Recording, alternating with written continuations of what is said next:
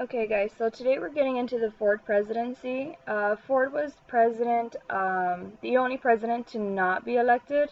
The first thing that he does is pardon Nixon for any crimes that he committed. Remember, he was picked by Nixon after Spiro Agnew decided to leave office, so he is going to be the only president to not be elected. And again, after Nixon left office, he pardons or forgives Nixon for any crimes he committed. Now, under Ford, we're going to have something known as stagflation. Stagflation is high unemployment combined with inflation. You're going to have economic worries, inflation or rising prices accompanied with economic growth, and full employment, which is not recession. So stagflation is high unemployment, which means a lot of people not working, and inflation with prices rising. Now, OPEC, Organization of Petroleum Exporting Countries, they're formed by oil-producing countries in 1960.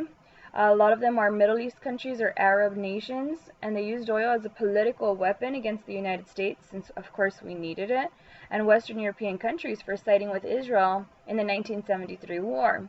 Now, Israel is going to be divided between the Jews and the Arabs. After the Holocaust, Israel was declared the homeland for the Jews. However, the Muslims had already claimed it as their homeland, so it's going to create a lot of conflict between the Jews and the Arabs. So the Middle East was actually upset at the United States for siding with Israel or the Jews in the 1973 war.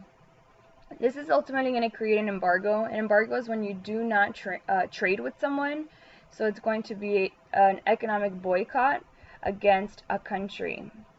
So oil prices are going to skyrocket. They're going to go through the roof.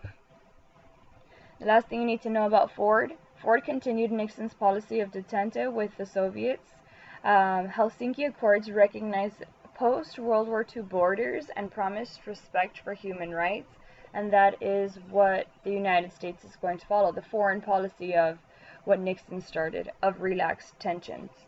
Okay, if you have any questions, you let me know.